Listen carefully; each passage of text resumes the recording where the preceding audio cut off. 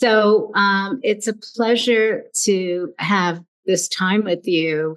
I'm just so impressed with your advocacy for women. I feel the same way. I think I'm curious to your thoughts about this, but I recognize after 57 years servicing women that that's what I'm supposed to be doing. And I love supporting women and looking at every opportunity to share information, share my experience, and share people like you who are wise and have been incredibly helpful for women. What made you pick that path? Yeah, thank you so much for saying that. I really appreciate that, and thank you for having me. I'm thrilled to have this conversation. I mean, I feel a little similar to you in that I don't know that like I necessarily consciously chose it. I almost felt like it chose me. So certainly since I was younger, I've been, very interested in current events and politics, and that was something that my parents got me interested in at a young age, is how the world around us shapes our lives and also how we can shape the world around us. I'm the daughter of Indian immigrants. My grandparents were freedom fighters against British rule in India. Wow. It feels like it's very much in my DNA, Yeah. in my Yeah. family, in the stories that I was told growing up. Always fight for the little guy, always fight for the oppressed, the lesser privileged. So, that's a lot of different groups. It's a lot of marginalized groups. It's certainly women. It has been for the duration of human history, certainly for women of color, which is why highlighting young women of color, young queer people, they're also things that I'm very passionate about. But yeah, I feel like honestly, my childhood and my family history really shaped me in that regard. And the older that I get, the more advanced in my career that I get, the more that I get to meet women like you who have been doing this for a long time and have just accomplished so much, the more inspired I am to want to keep doing it for others and people who are younger than me. Because, Yeah. so many wonderful women and mentors have done it for me. So I just want to pay it forward. Yeah. I feel exactly the same way.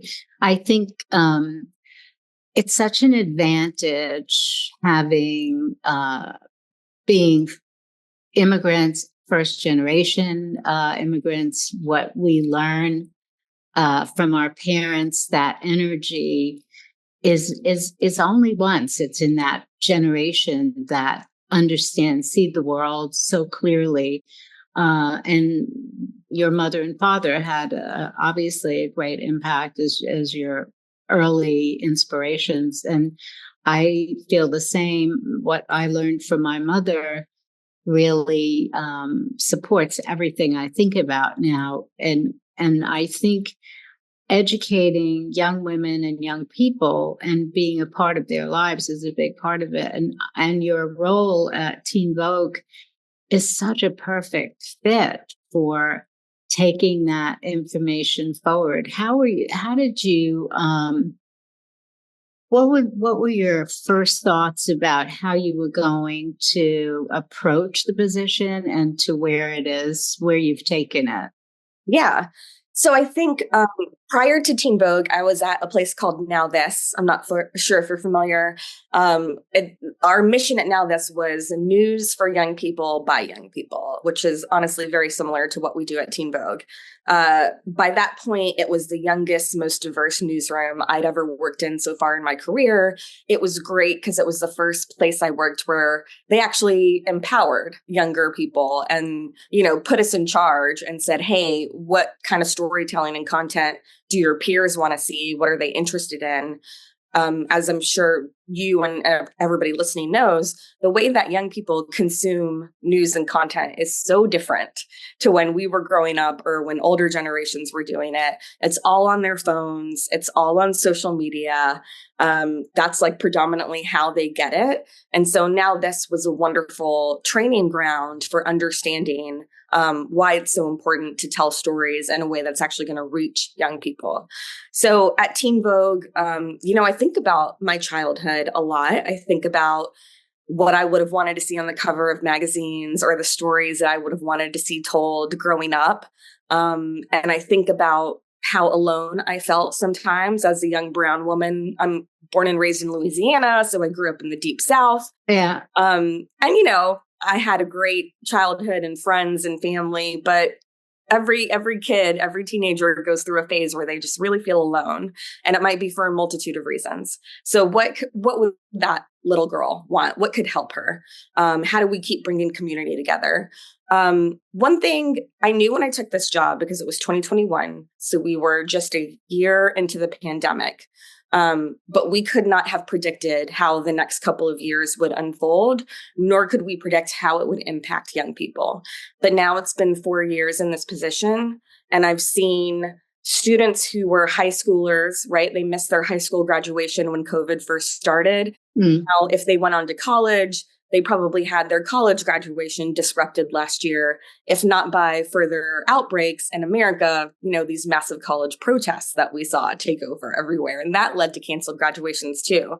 This younger generation has had to deal with so much. We all have, but they're having to deal with it at such a critical time in their life, right?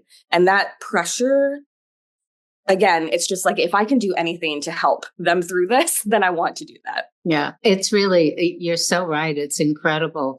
But I actually believe they are going to be very significant, a significant force in looking at the way we see the future. I think all of that adversity turns around in many ways to, just like we got out of COVID, in many cases better, more evolved in the way we do things, looking at things in a different way.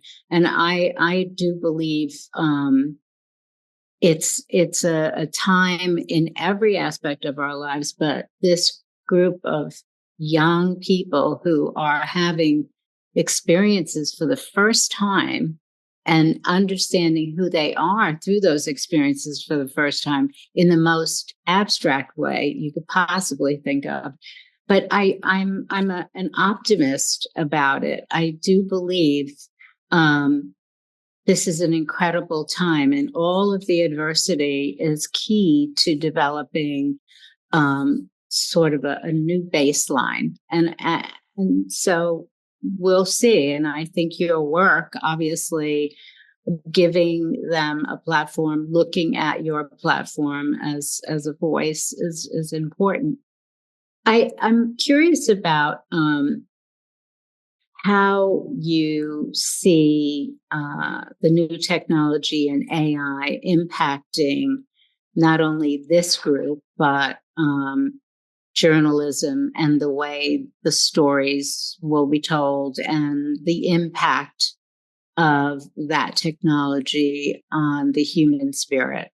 Right. Oh my goodness. On the human spirit. That's a big question. It is a big question, but it's an important one. So I appreciate that you're considering it. I will say, like, zooming out at the company wide or industry wide level, because I'm also on the board of a couple journalism organizations like the International Women's Media Foundation, where I just got to work with a wonderful group of women, or the Online News Association, which we've been talking about AI for 10 years, at least.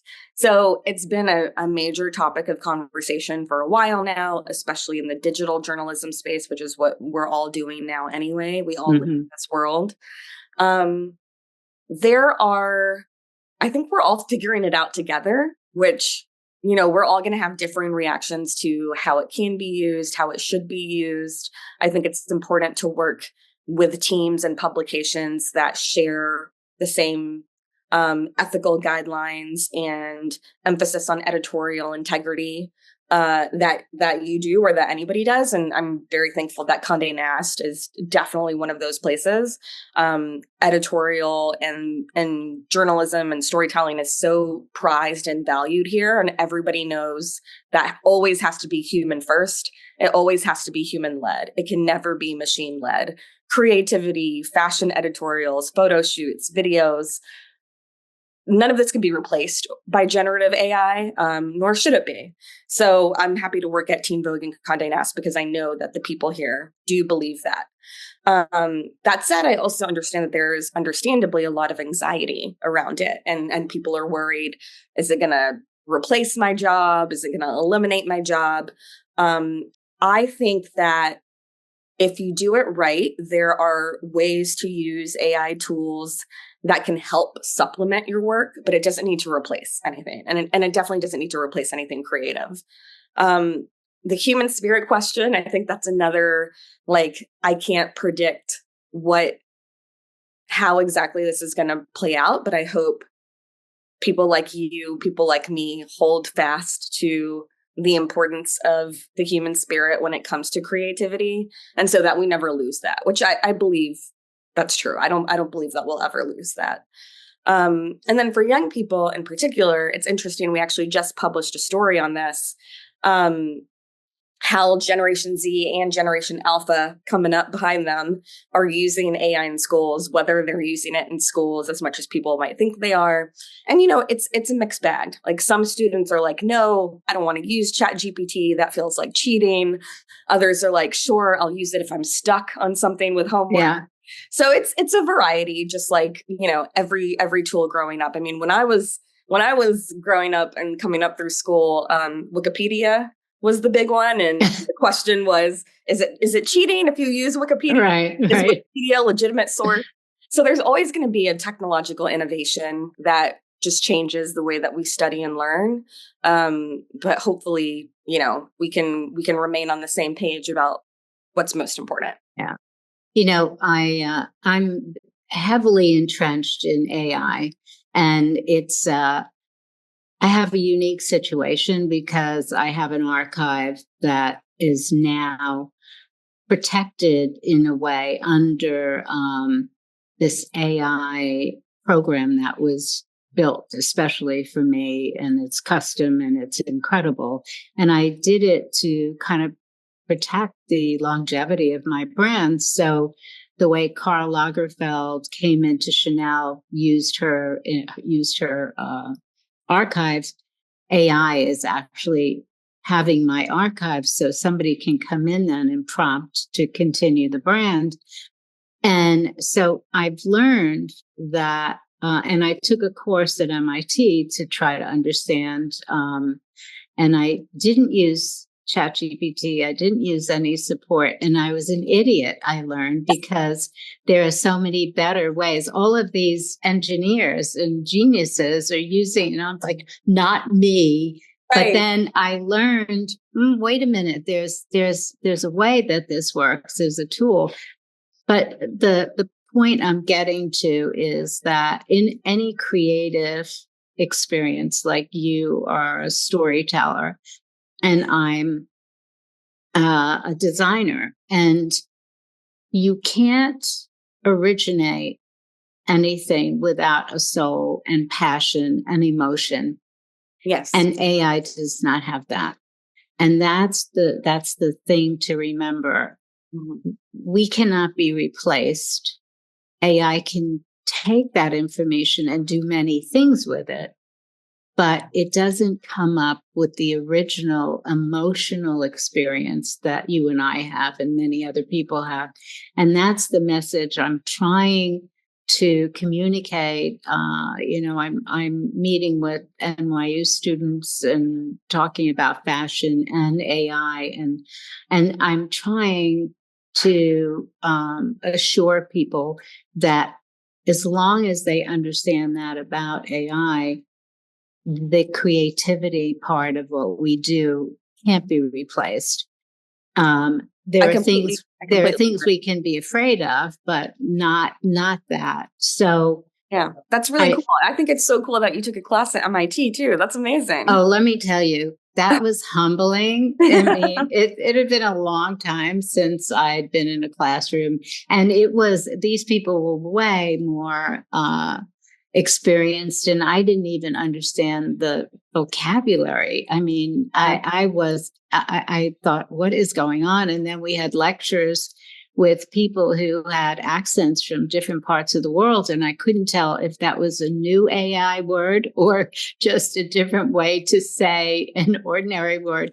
But it took me a little longer, but I'm so pleased that I hung in and did it to the end. But I think for you and for people like you who are so important in, especially not just for women, but especially for young people, in giving them an idea of what passion can look like, what that takes to be a creative person. And you're such a great example of it. I do have a question that I'm really dying to ask you. Okay. I love having conversations with people. And I'm looking at the list of people you've interviewed. I am so jealous. I can't tell you, but what I need to know is, what was it? I'm going to ask you about each person, and you can tell me. I just want to know from your perspective, right? So you interview President Obama. Okay. So before you interviewed him, what was that like? What were you thinking? How am I going to approach it? And then what was the takeaway, just on a personal level? What was the takeaway about this guy?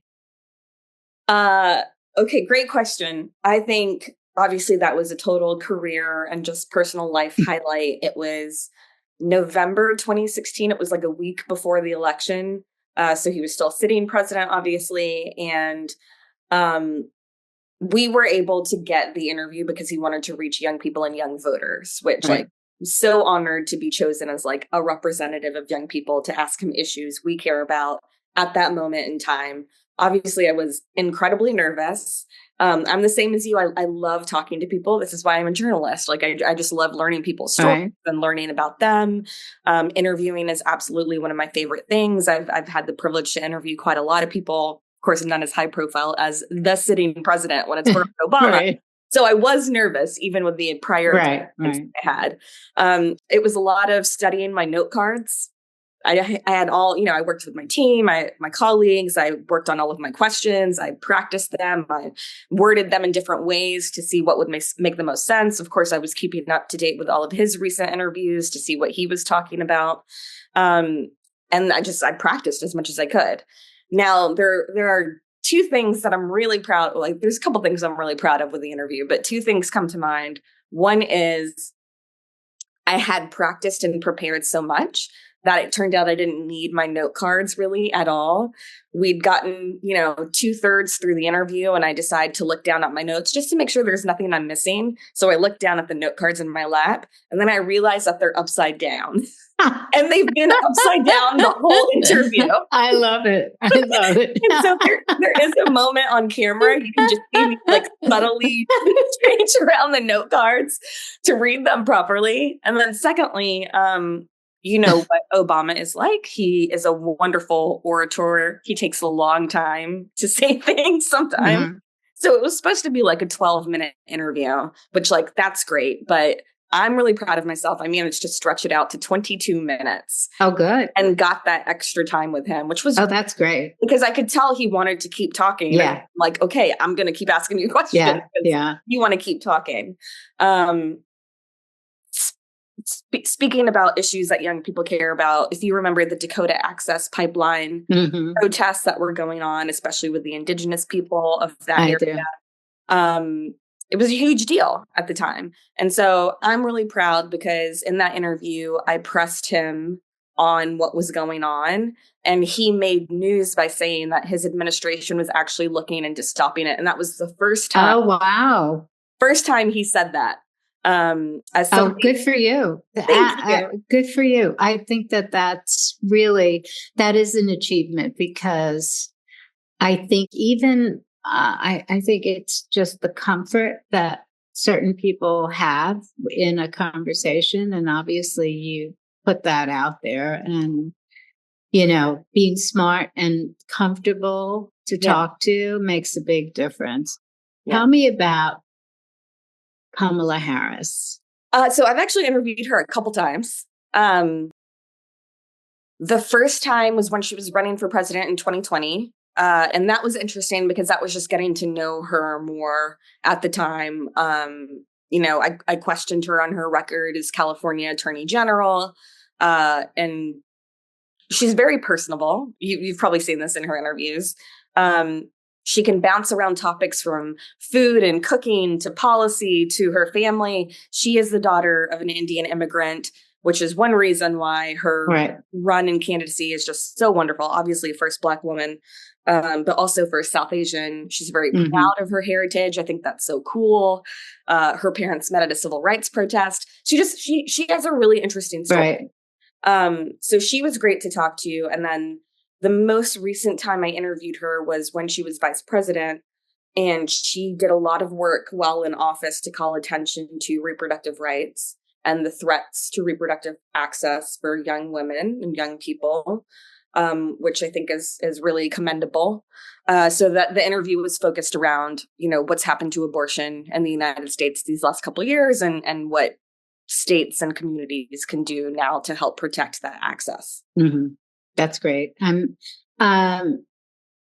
so do you think the likelihood of a woman president is real in the near future? How do you define the near future? Well, I mean, it's different for you and me, obviously, but I think I look at it in my lifetime. I want to live to 120, by the way. I think I might have left that out. So amazing. I love that. I love that. At least if you think the long game, it could happen. It could happen. But what are your thoughts about that? This country has broken my heart the last couple of election cycles. I think, and I do often like to say / remind myself and other people, like Hillary Clinton did win the popular vote by 3 million votes in 2016. I don't believe in the modern version of the Electoral College. I don't think that we need it. So she could have won. She should have won, all of those things. And America as a majority wanted to elect a woman president, but there are institutional barriers in the way.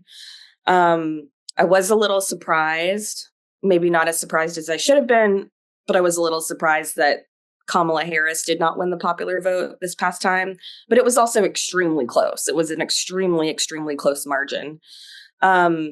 So I want to be realistic and say what I think the past couple of election cycles have taught me, unfortunately, is that sexism in this country still runs really deep.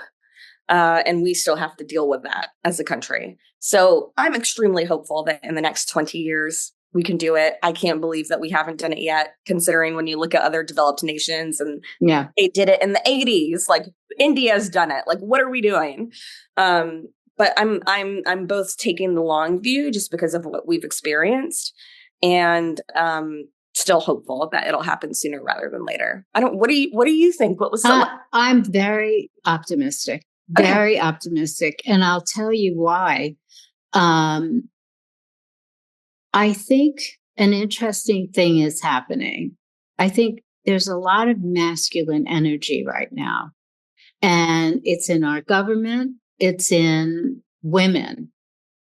I think masculine energy in women is incredibly important. Okay. And I mean, the balance of masculine, feminine. In fact, in my last collection, a good part of it was about masculine energy. And I think my thought about Kamala Harris is if she would have proudly presented her masculine energy, which she has, it would have pushed her much further forward.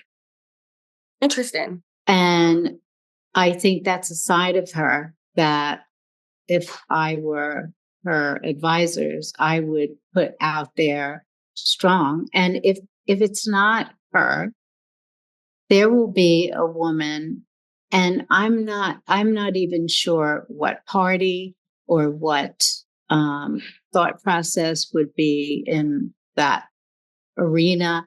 But I do believe a woman with masculine energy has so much more to offer than almost any other candidate because of all that that encompasses. Women with masculine energy are unstoppable. And I'm sure you have a whole list of friends. I have a list of friends. I was thinking about um, putting all of them together. I mean, there would be an explosion. It would be just like, I have to take them one at a time because they're so powerful and so strong.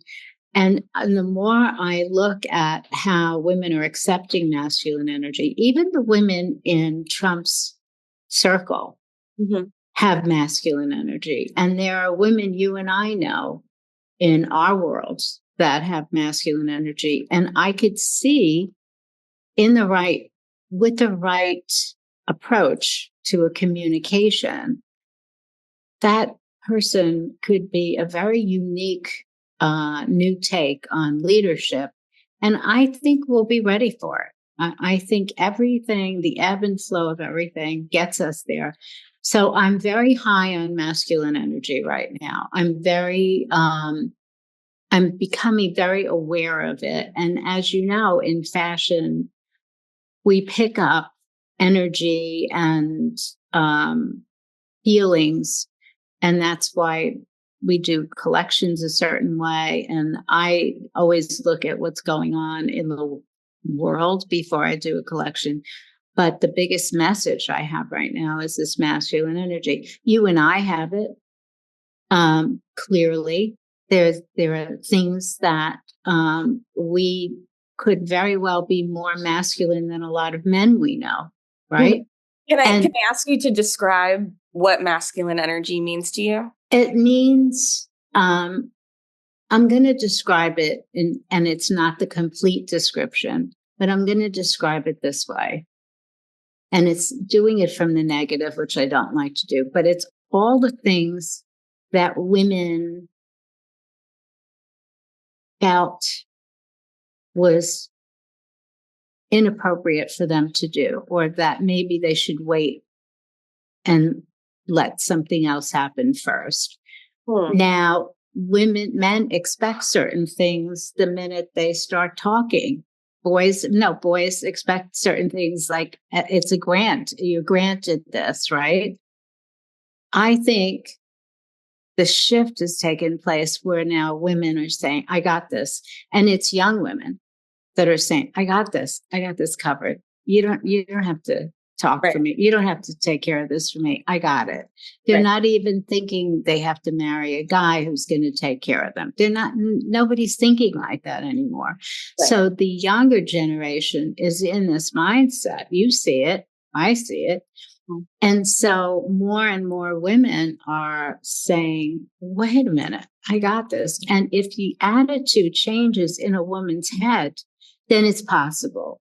I think what's been holding us back is complaining that we don't have the same opportunities as men, right? So if you have that in your head, then you don't. But if now, I don't think it's there anymore. It's over, right? We got this. Right. So that's why I'm optimistic. And where is this woman going to come from? Who is she? I have no idea. But I do think it's possible the first woman president is a Republican rather than a Democrat. I think that's possible. Very possible. And you know what? If that happens, it's a step. It's a step. And I think it's possible that a Republican woman will have interests that all women are interested in, and maybe some that are more from a party perspective. But I do believe the Democratic Party needs to work really hard at finding good leadership. So this is a time, again, well, why can't it be a woman with masculine energy? And again, I'm not talking about gender. Right. When I say this, right, I'm defining something else. Right. But I do think, I mean, think about you and your evolution, right? Your personal evolution. I think about for me too. So, Right. in your personal evolution, have you seen that masculine energy again in the sort of more in the definition that we just talked about at a point where you recognized, okay, I'm on the other side of this now? What do you mean on the other side of it? Well, I think there's a point in your career where you were respectful to the opportunities that were given to you, right? That you earned them, but you understood you're a woman, and then there's a point where I've earned this. Right. I got this, Right. right? I got this. Yeah. So some of that is experience Yeah. and that, but then it's also your awareness, Yes. right? Yeah. So where in your career did that come to play where you said, you know what, I got this? Yeah, that's a great question. I think it was probably at Now This where that was the first place where my direct manager, my boss, and the boss of the whole newsroom was a woman. And she was wonderful. And she became such a good mentor. And she's still such a good friend to me. And it really, like, before that, I had worked for all men in media. And it's interesting having this conversation and thinking about those dynamics. Um, but she was amazing, and she really helped me build confidence in myself and in my voice. Like, possibly nobody besides like my parents and my sister have made me more confident about trusting myself and my voice and my instinct. And she really did that for me. So, going back to what we were saying earlier about paying it forward, one of my favorite things is hiring young women who have not previously had these opportunities and trying to help them develop and build the confidence to do exactly what you're saying and say, like, I got this. I got Yeah. that. I'm Yeah. good with this. Yeah. Yeah. It's exciting. I mean, my company is, I think, Craig, what do you think? It's 98% women.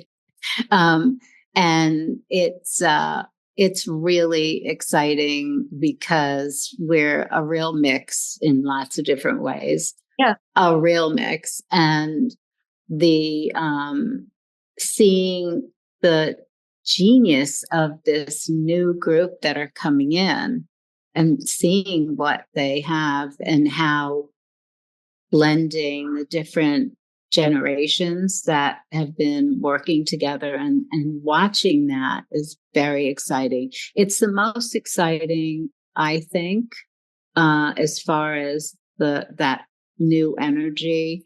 I think maybe in 30 years that Oh, I've seen that. Yeah, it's very interesting.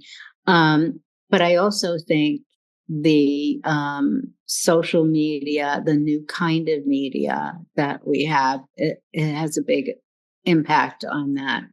What do you think? And, we could talk a little bit about fashion because we are in fashion yes. after all. So, how do you see women and clothing and how clothing impacts a woman's life? I mean, I think it can have a huge impact on a woman's life. I think it can have a huge impact on anybody's life, to be clear. But women in particular, of course, I think there's so much power and potential in making a woman feel good, making her feel confident, and making her feel like herself, right? That's one of the great things about personal style and something that we talk and write a lot about at Teen Vogue, because again, we're dealing with a team and a generation that might just be finding and figuring out what their personal style is. And also being okay with that changing over time, right? Like, you're talking about evolution and changes in your life, understanding that your style might change over time. But where are you now? Who are you now? What makes you feel good now? So I love the power of fashion for that reason for women. I think, we deal with so many institutional and systemic barriers in our everyday life, that sometimes you can look at clothing as armor to prepare you against that. And Yeah. again, makes you feel good. You walk into a room, whatever you want to accomplish, if it's grabbing everybody's attention immediately, if it's defining yourself in a very certain way, if it's being perceived in a certain way, fashion helps you achieve all of that. And so I think that's an exciting conversation to continue having with our audience. And what you're saying about social media, it's really interesting. There are pros and cons, right? Like in general, there are a lot of pros and cons to social media and technology and AI, like we were talking about. I'd say one pro is that the younger generation, now that they're entering the workforce in greater and greater numbers and becoming young professionals, they don't have the same notions about workplace wardrobes that, older generations did, or that they need to look or dress a certain way. They feel extremely comfortable dressing the way that they want to, and whatever way makes them feel good. That's a change that I have just noticed in offices, and I think it's great. It's a positive. But a negative that we do also cover and explore is the way that social media has contributed to the rise of fast fashion and trends, and that there is a lot of pressure, or there can be a lot of pressure from social media to become part of these trends that are going viral on TikTok or Instagram. So you buy, a shopping haul or a whole haul of clothes, and you do your unboxing and you do whatever it is. Like there are downsides to it in that regard. Yeah, I think I totally agree on that. I do. I also think of fashion sort of as a hack on solving, like you said, dressing for power, right? Dressing to find a way to put on that super armor or whatever it is. But also there's I think there have been so many women through the years who have had situations where they've been cheated on, right? It's like almost every woman can have a story about how somebody cheated on her. And it's very demoralizing, and it makes, and it's usually not the woman that has the issue, clearly. But it makes women feel they're not as pretty or as whatever those things are. And my answer to them is, okay, stop. You have two things you can do that are going to change the way you feel. And it's a total experiment, but you have to do it. One is that outfit or that dress that you saw somebody wear and you thought they looked great, but you said, she can wear that, I can't. Get that outfit, get that dress that you said you could never wear. And that's going to be your superhero outfit. You're going to be somebody you thought you couldn't be. Love and that. Get your hair done, cut it, put color in it, do whatever, and get a new lipstick, or don't wear lipstick. Just do something that's different. And then get into that experience and see how that feels, because you have to get out of the self that feels inferior and less than because you were just treated inappropriately. And again, it's probably not her fault, but she contributed in some way. And so if there's that other way you can get out of it, fashion as a hack is really an incredible, fun tool. And maybe it'll cost a little bit for the outfit. Hopefully it's not some crazy expensive outfit that's a superhero outfit. But even if it's just like no lipstick or hair, whatever, all of that really does work. And it sounds very simplistic, but you described it yourself. We can really take clothing in a wardrobe and rethink and redirect how we want the result to be. I love the idea of fashion and power for women. I think it's super helpful. When I started kind of getting a name for myself, I felt really. I was going through a period where I just thought people are curing cancer, and I'm worried about him. this is not a life that's worthwhile. I'm not doing something important. And it really bothered me. And then a friend of mine said, you don't listen to what people say to you. You never listen to what they're saying when they're talking about wearing your clothes. And then I realized that there was something happening that they were remembering in outfits or some experience that I couldn't wrap my head around. And then I started to listen to it, and it helped me define more what I'm supposed to do for women, right? That there is this thing that can happen. I love that. Yeah, so it's very interesting, as frivolous as people can think about fashion. It really does have a deeper impact on the overall psyche of women, and also the power that they can feel and project, which is great. Yeah, absolutely. I love that. I love also what you said, fashion as a hack. That's a great phrase. Mm-hmm. Yeah, no, it's so when you talk about there's a different way young women especially dress in the workplace. Give me a description of how you see the difference.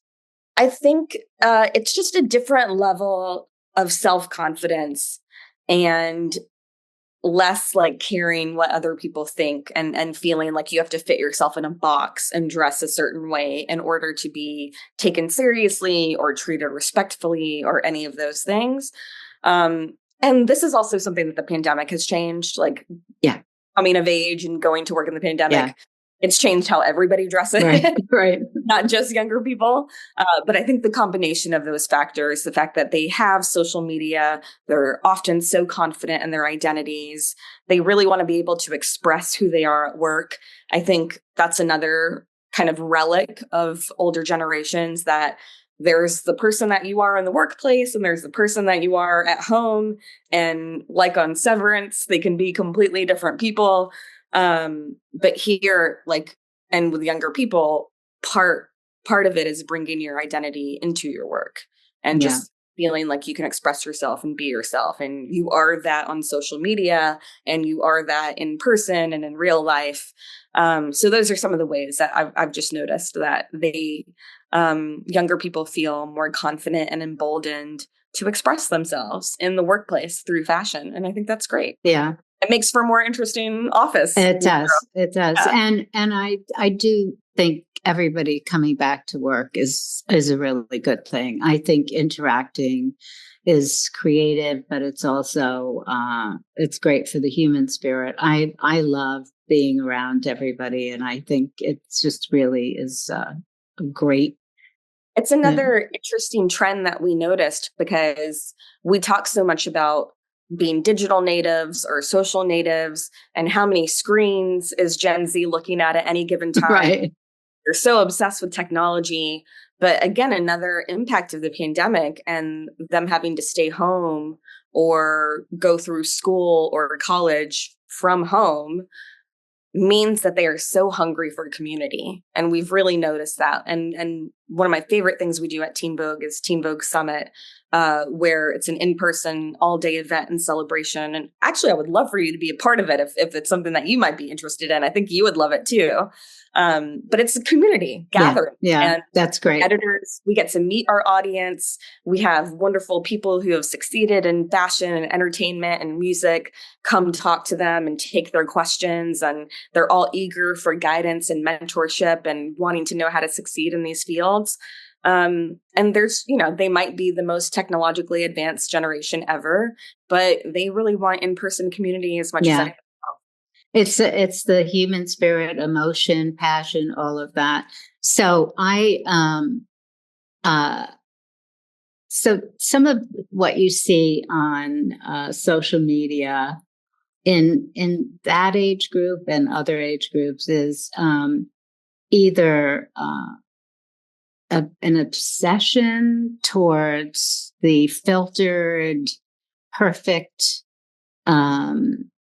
perfect makeup, perfect, skincare routine, perfect, all of that. And I find it fascinating. And so I don't use Botox or filler or anything. And, because I think as you get older, it looks worse if you do that kind of stuff. But I'm going to turn 80 this year. So Wow. I thought, well, I do want to live to 120. So maybe should I find out if I want to do a facelift or something like that? And my friends were like, who are you? Like, where is this coming from? And I thought, well, maybe when you turn 80, you'll want to know about that too. So I've done this research that is very extensive. It's deep and extensive. And I've reached out to all different types of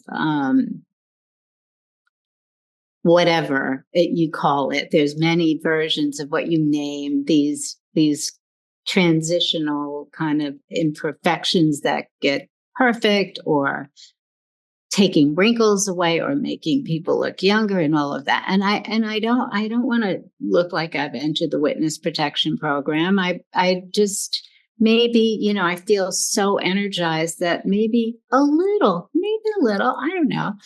And so I don't know how I'm going to come out of this on the other end, but it's fascinating. And I'm fascinated by the interest in social media, in beauty in this way, because everything, I'm 80 thinking maybe I need a little, but everything is about looking younger, but they're already young.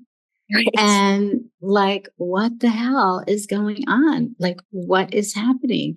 And obviously, I believe in a healthy lifestyle and working out, and like that if you look healthy, that's the best, right? Right. But Exactly. what is this fascination with all of these? I will tell you right here in my world, there's Botox and all kinds of stuff going on. It's like, what are we doing? Right. So what information do you have on this subject, madam? That's a really interesting question. I mean, I'm sure you've heard about and seen and may even have in your family the tweens taking over Sephora. That's definitely something that we've been covering. I think it's a couple different things. I think definitely social media, as you said, and I think it's about access. I mean, I think about like playing in my mother's makeup and skincare growing up, and there is just like a natural curiosity there, Right. of course, for younger people. But they did not previously like have the access to TikTok and a million truly unlimited beauty trends, just limitless beauty trends, right? I've never seen anything like it. Yeah, you can just like scroll infinitely Right. and find a million different things. So there is a level of creativity in it. There is the issue of algorithms. As somebody who's super interested in AI, I bet you're interested in the algorithm work as well. And we know that the social media apps were designed to keep your attention. Yeah. And when you're a younger person and your brain is still developing, you are perhaps even more susceptible to the attention seeking algorithms than you would be. So that's also definitely an aspect of it. I do think some people are definitely taking it too far. Like 12-year-olds definitely don't need to be using 5 or 6 different products. Moisturizers. Yeah, they just need to wear sunscreen and drink water. Like we're trying to, be part of the healthy, Right. simple movement as well, but also acknowledge that there is a lot of interest and curiosity in that. I do think the point you made about creativity, that it is creative, but yeah. And that's exciting. I mean, I think that's a fun part of it for sure, but it can so easily border or change to obsession or change to unhealthy habits that it's just like, it's the self-awareness, right? It's something we all need to be aware of, and make sure, nobody's getting fixated too much on one thing, everything in moderation. including Botox, I think. So, yeah. Yeah, no, it's I'm actually having a good time, but also I'm learning so much about this world and all of the things that you can do, Right. including stem cell and other kind of interesting. You can see doors opening to different types of approaches to Yeah. some serious transformations. But I think the tough part of it is that everybody is starting to look so different. And I think we've gotten used to the Kardashians transforming, that it's become a normal thing for everyone. Well, this is, look at this transformation. They're all amazing. And so I think, you know, having a nose like mine is not a desirable thing in this. Everybody wants to have a little nose. And it was like, I can't imagine not having my nose. I Yeah. mean, it's who I am. So there's some of it is like, do we give up our identities for beauty?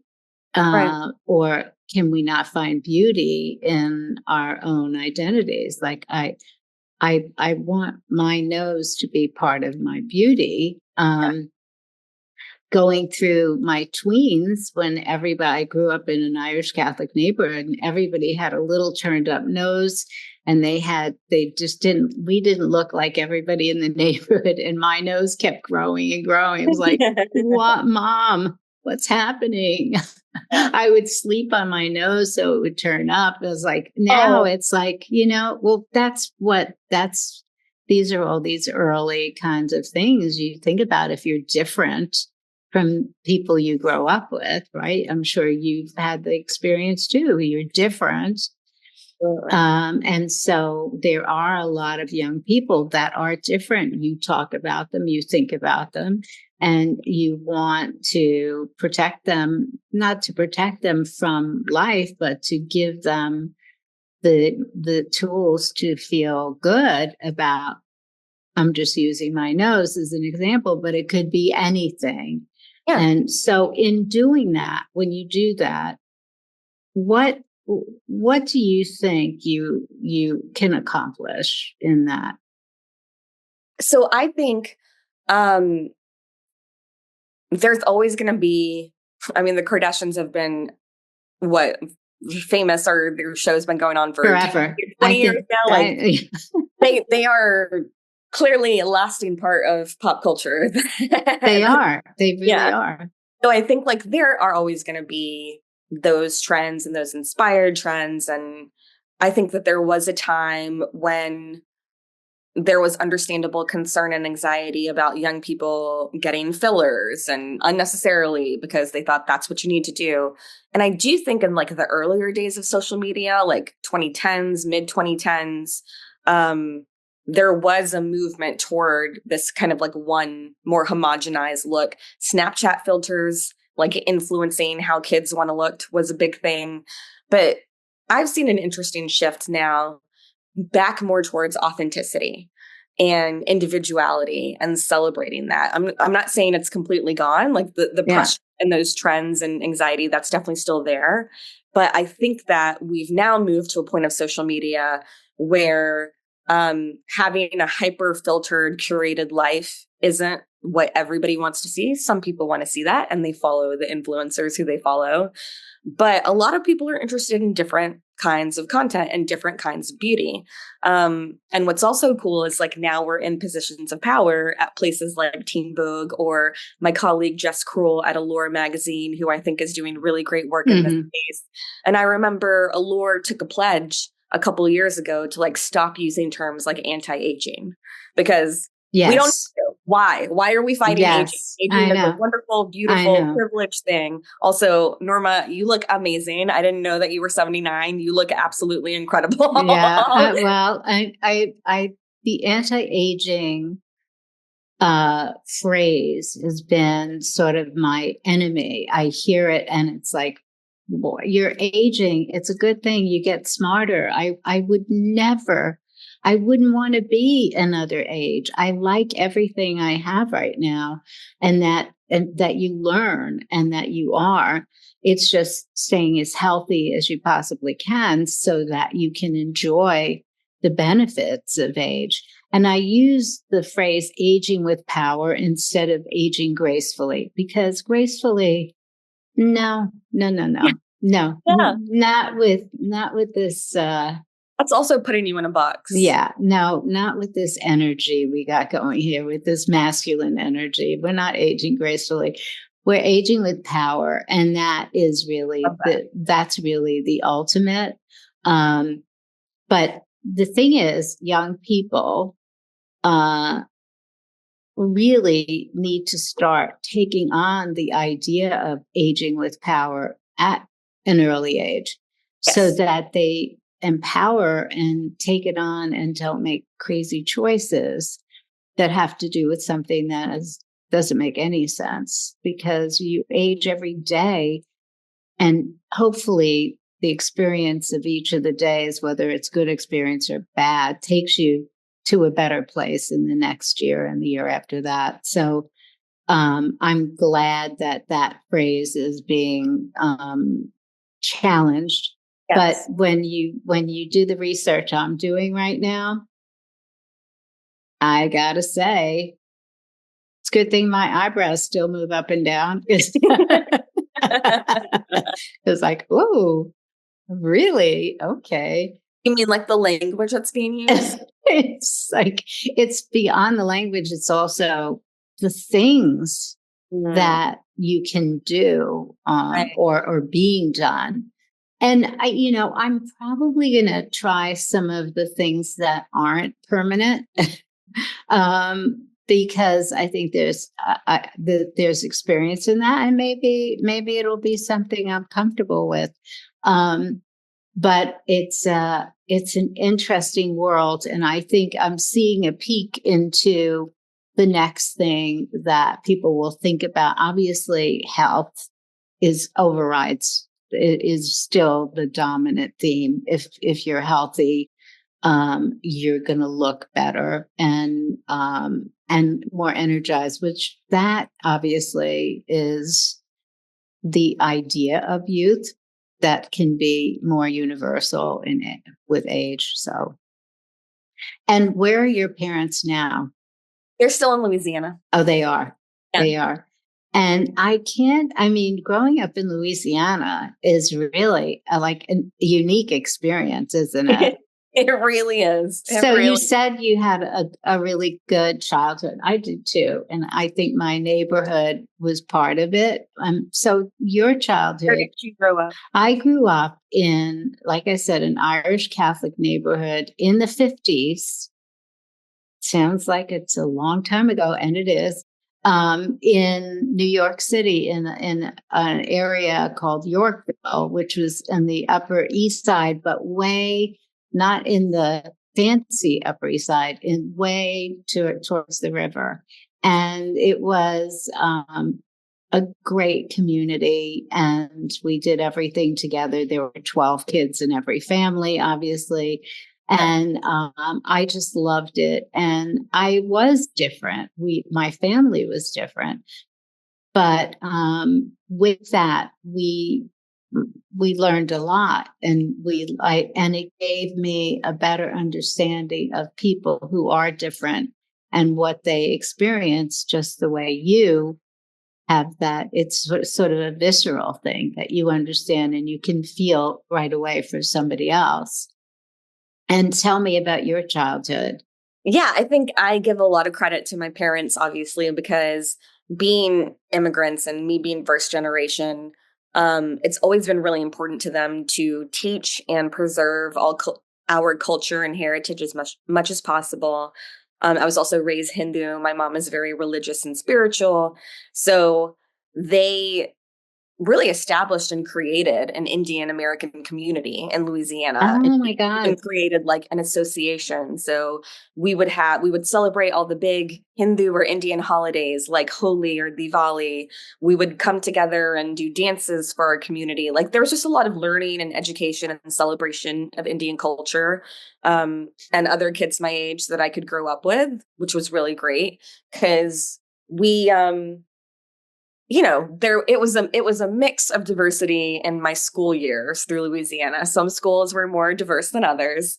But sometimes I would feel alone or othered, and other times I felt like, oh, I'm a part of this community and it's wonderful. So that was like really my favorite memories of growing up. But I think, I still have a lot of friends from um, all school years. I think I'm very grateful. I went to a pretty diverse high school. One thing that people seem to sometimes forget about the South is how big the Black communities are there. But like Mississippi has like one of the biggest Black populations by percentage in the US, for example. And Louisiana has a significant one too. And so I think that's great because I never went to a school that was like all white or predominantly white. Like Interesting. Yeah. like it was more diverse than that, and so I think that helped me too. Yeah. I went to I wanted to, my mother said, if you're thinking about college, and she was a single mom at the time, she said, you got to get yourself a scholarship. So I did a little research, and there was a school that had a great art course, and it was downtown, and it was Washington Irving High School. It was a very tough school, and it had 4,000 students, and there was 6% white population. Wow. And so it was very different for me. First of all, Irish Catholic, I never saw Black people. I never saw anybody that even looked like me. And the 50s, you were in a neighborhood. You didn't really leave the neighborhood. So now I'm taking a subway and I'm going downtown, and it was a great experience for me. Obviously, I was able to get grants and scholarships, and there were great teachers there. But it's just really opening yourself up to as much diversity as possible to really help form who you are and what you want to be. Where are your parents from in India? They're from Uttar Pradesh, which is in the northeast. Uh-huh. So yeah. I have a friend who's an astrologer, and on my 50th birthday, she said, you need to go to Madras, India for your birthday. Yeah. And so I went, and I happened to know artists and architects who were from Madras, and it's all obviously Hindu. And I fell in love. I mean, the people, it's not even just a religion. It's sort of a thing that you just live that just blew my mind completely. Yeah. And it's a way of life, a way of living. It's amazing. It's amazing. And I think if I would have had that at an earlier time in my life, it would have formed more of who I am. But it's perfect. It's a perfect fit. And so, as a gift, my friends sent me to a Brahmin priest to have my chart done, my astrological chart. Yeah. And so my friend, the astrologer, and he also said, you are going to free yourself of all of your possessions. And I'd already made that decision. And so I grew up with very little in possessions. And when I started to make money, I started to collect. I had this incredible home, and antiques and all of these things. And one day I looked around and I said, this is not good for me. I have to get rid of this, or I'm not going to be able to be creative because everything here is so beautiful. I'm trapped in it. And so from that life-changing birthday, and I kept going to the temples and being in that world with my friends. I still to this day, I don't collect anything. Wow. If I'm not using it, I give it away. I have a very minimal life. And with possessions, there's nothing I have, except for my mate and my dog that I would, protect. Anything else, if somebody came and robbed my house, who cares? None of it is meaningful. And that was the most life-changing experience. So you're very lucky to have grown up in that culture. It's extraordinary. It was just really, and it's such an incredible place. It really is. I feel very lucky, and I'm glad that you went. Have you been back since? I'm actually planning to go back. I'd like to do business there. Wonderful. Yeah, I think that's a great idea. Yeah. So yeah. anyway, I'm so happy that we had this time together. I would love to do whatever you would want me to do. If you have something that you think I can be helpful for, I would love to. So thank you so much. Yes, it's been so wonderful to talk to you. Yeah, it's really nice meeting you, and I'm gonna keep watching what you're doing. I'm looking forward to seeing more. Thank you so much. Thank you. Have a great day. Hey, press follow and leave a comment after you listen to the podcast. Thanks.